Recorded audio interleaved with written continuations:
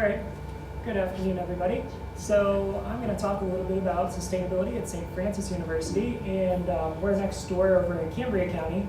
And when you think of if you think of St. Francis of Assisi, if you know anything about him, he's very much someone who related to the environment and was the patron saint of ecology. So on our campus mall, out in the center there's a statue with St. Francis reaching his hands out, and there's a bunch of birds flying over his hands.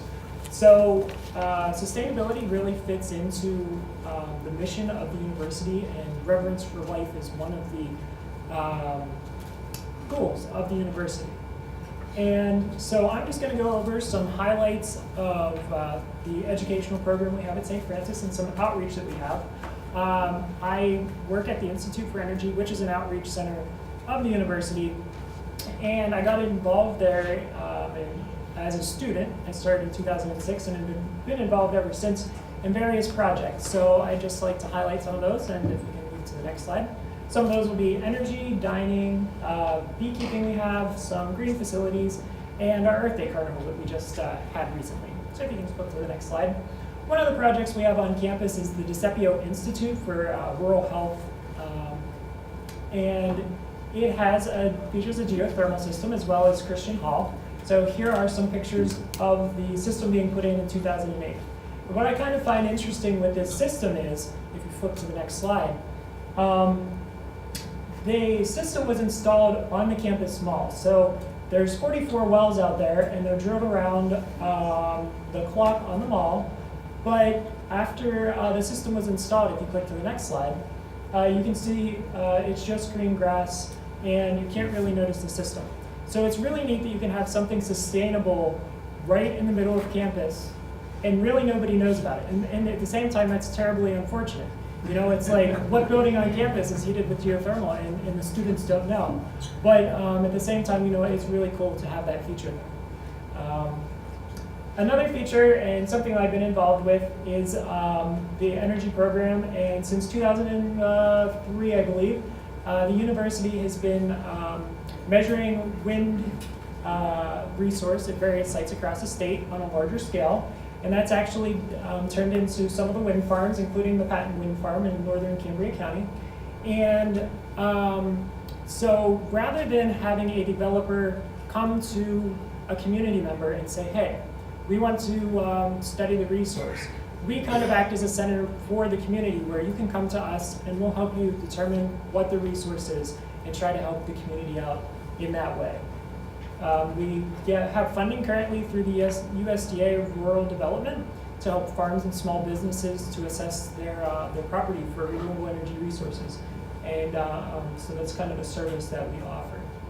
On the next slide, we're also working on an initiative called REACH, which we named the Renewable Energy Assessment Clearinghouse. And as some of the particularly policymakers, municipal leaders here earlier today have discussed, with ordinances, there's a lot of variability from one township to the next. And so we're trying to put together a list, and I know with over 2,500 of them, it's quite the challenge, but we're working on trying to map that all out so that somebody who has a question about, you know, whether there's a solar or a wind ordinance in their location, they can go to this, click on it, and find out what they may need to do in order to install a system or whether or not it's possible. We're also looking to include installers, electric rates, and net metering information, and also some more about the resource assessment. And this is coming along. We don't have it up and running yet, but this is going to be a website feature for the future. On the next slide. Another very active program that we have going on that I really enjoy is going out into classrooms and visiting with school students, getting them really interested in hands-on activities. So here, these are pictures from a school visit I did last year, and you can see the students involved with the KidWin program. Anybody heard of that? They're hands-on model wind turbines, and you can put them in front of the fan, and they can lift weights and also produce electricity. So we can light light bulbs, run motors, and they can experiment with different blades and see which one works the best. And so there's a lot of experimentation with this, but it gets the students involved, but it also teaches a little bit about sustainability. We also have small solar panels, so we can do the same thing with that. I'll show there on the next slide. And so I had a student actually in 6th grade last month tell me it was possibly his favorite school day ever. So I thought that was really neat. Yeah.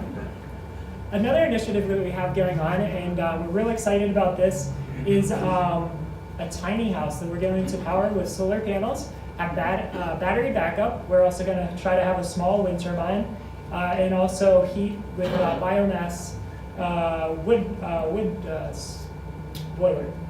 And so this will be nice to be able to take out into the classroom, because or take out to schools and to other community events, because often we've realized that communities or individuals in communities may not know where their electricity comes from. When we go into schools, we will say, you know, where does the electricity come from here in the building? And they're like, from the wall. And then it's like, from there, where does it come from? Well, there's a cord to outside, and then so you work your way backwards. And so we try to help students understand that process. And so this will be another additional way to do that. We do have some environmentally themed programs at the university, including an environmental engineering major. And so 3 of the students in that program currently working on their capstone project to help us design the tiny house and figure out exactly how much solar power we're going to get out of the panels that we're going to put on the tiny house and things like that. We also have various other minors and individual courses, and I'm going to touch on a few of those here in the next slides. So one of those is sustainable gardening. So we have a greenhouse on campus that's actually used for to grow lettuce and some other produce here that goes into the campus dining hall. And so that's been an exciting process. And there are students now involved with taking care of that. And so they have their hands involved as part of class project, as well as outside of class that actually gets to go to the dining hall. So that's a really exciting program. There's also a beekeeping class, and this was pretty popular, and they've done this for 2 years now.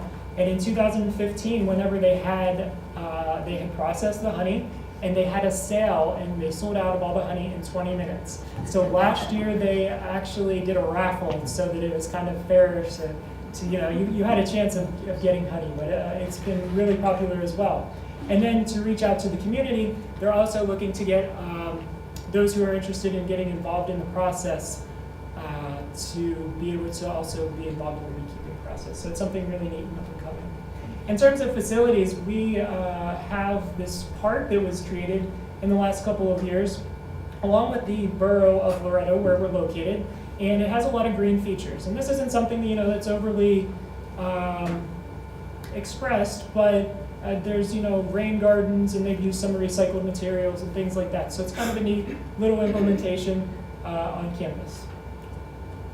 We also have a watershed trail, and that's used a lot for classes. You know, go out there to catch grasshoppers for ecology class, study the water quality, and a lot of you know, different ways that can be utilized, as well as recreation.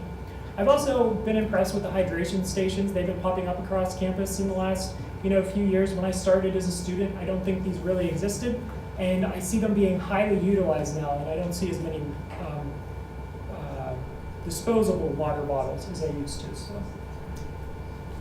And then finally, earlier this week we had our Earth Day Carnival, and this is a student-run event, and it got about, I think about 30 different booths, and so this has really become quite the event. I think there was somewhere around 450 community members came out, as well as you know, professors and students, but it varies, and it's really exciting to see the process and getting everybody involved. It's a kind of a fun event. You know, things are turned into like a recycling game, and there's seed planting and edible insects. They have a booth, and so there's various things, but it kind of just gets everybody out and about. It's nothing too preachy about sustainability, but it's kind of fun, and it's nice to see everybody get out there and do that. So that's my presentation. And I'd be glad to answer any questions as well.